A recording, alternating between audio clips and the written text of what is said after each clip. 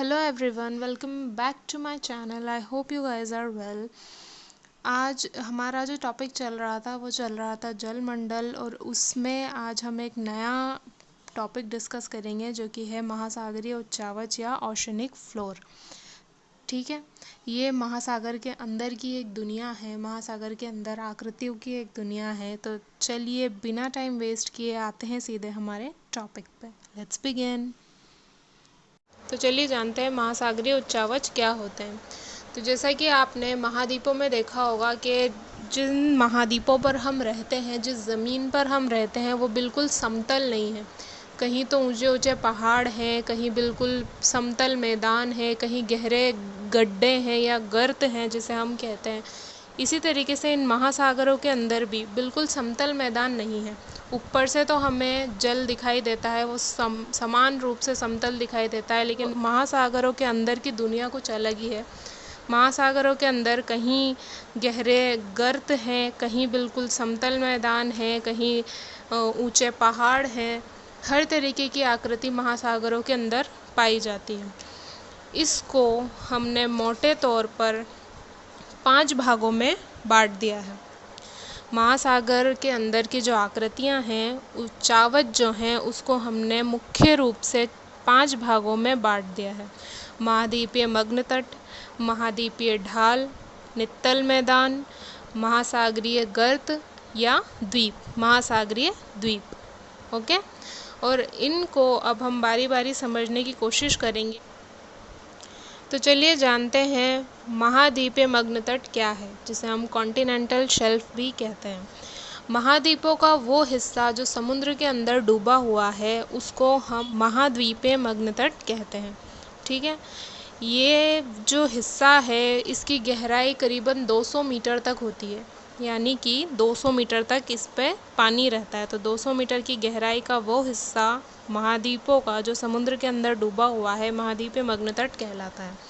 इसका विस्तार लगभग अगर हम माने तो 50 से 70 किलोमीटर तक इसका विस्तार महासागर के अंदर होता है। 50 से 70 किलोमीटर तक इसका विस्तार होता है। इसकी खासियत ये है कि इसके अंदर पृथ्वी के कुल पेट्रोलियम और प्राकृतिक गैस के भंडार का 1/4 भाग पाया जाता है, यानी कि बड़ी मात्रा में यहाँ पे प्राकृतिक गैस और पेट्रोलियम पाया जाता है। कुल महासागरीय सतह का ये 8.6% भाग होता है, यानी कि पूरे महासागर के अंदर जितनी भी सतह है उसका 8.6% भाग ये महाद्वीपीय मग्न तट है। ओके, अब बात करते हैं महाद्वीपीय ढाल की। महाद्वीपीय ढाल क्या होती है?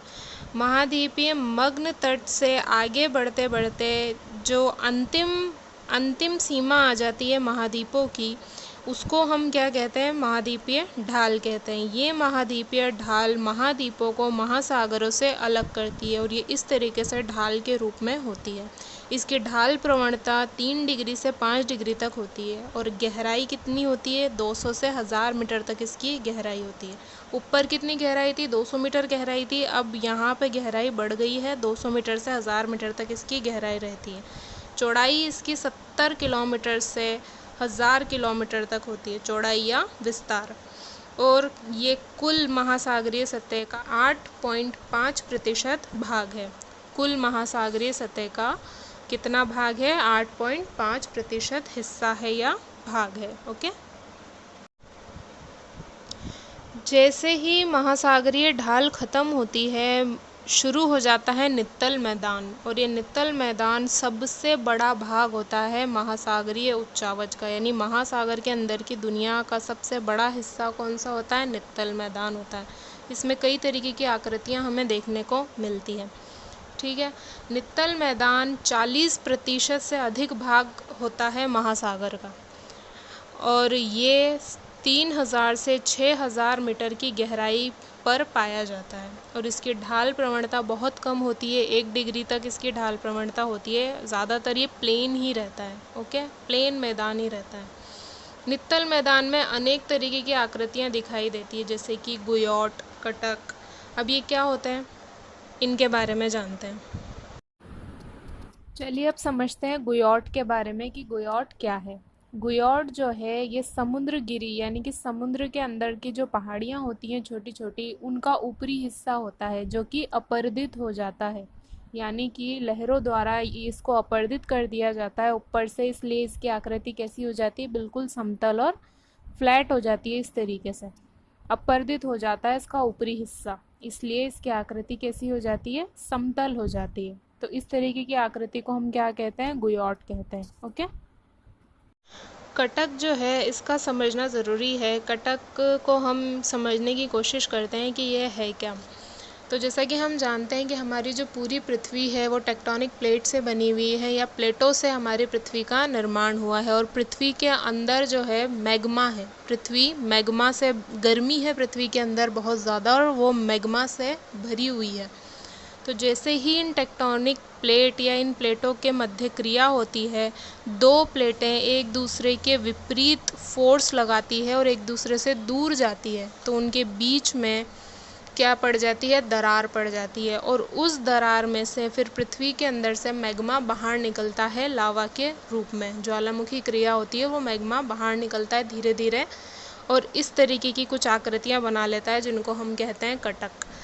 अगर ये बाहर निकलता ही रहे तो ये बहुत ही लंबी लंबी पर्वत श्रेणियों का निर्माण इस लावे से या इस मैग्मा से हो जाता है। उदाहरण अगर हम इसका देखें तो मध्य अटलांटिक कटक विश्व की सबसे लंबी पर्वत श्रेणी है, जो कि 11,000 किलोमीटर लंबी है। कटक का उदाहरण है ये। तो कटक किस प्रकार से बनते हैं, दो प्लेटों के दूर सरकने से बीच में जो दरार पड़ जाती है, उस दरार में से मैग्मा बाहर निकलता है और उस मैग्मा से इन आकृतियों का निर्माण होता है। ओके, अब बात करते हैं महासागरीय गर्त के बारे में। महासागरों के सबसे गहरे बिंदु या भाग को हम महासागरीय गर्त कहते हैं, जैसे कि मैरियाना ट्रेंच या मैरियाना गर्त, जिसकी गहराई कितनी है, 11,022 से लेके 11,035 मीटर गहरा है, और ये प्रशांत महासागर की सबसे गहरी गर्त है, सबसे गहरा ट्रेंच है। गर्त क्या होती है, वो गहरे गड्ढे होते हैं जो महासागरों के अंतर्गत पाए जाते हैं। ठीक है, इस तरीके की ये आकृतियाँ होती हैं। तो चलिए अब बात करते हैं महासागरीय द्वीप के बारे में। तो जैसा कि हमने महासागरीय कटक के बारे में समझा कि जब ज़मीन के अंदर से, पृथ्वी के अंदर से लावा निकलता है तो कटक की आकृति बन जाती है, इस तरीके की आकृति बन जाती है। जब वही लावा बहुत ज़्यादा मात्रा में निकलता है ज़मीन के अंदर से, तो कभी कभी वो जो पहाड़ी है वो सतह के ऊपर दिखाई देने लगती है, वो आकृति सतह के ऊपर दिखाई देने लगती है, इसको हम महासागरीय द्वीप कहते हैं। ठीक है, तो महासागरीय द्वीप किस तरीके से बनता है, इस तरीके से बनता है। ओके,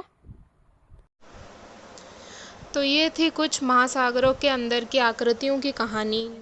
आई होप कि आज जो हमने पढ़ा, आज जो आकृतियों के बारे में हमने समझा, वो आपको समझ आया होगा, वीडियो पसंद आया होगा। If you liked my video, please like, share and subscribe. Thank you.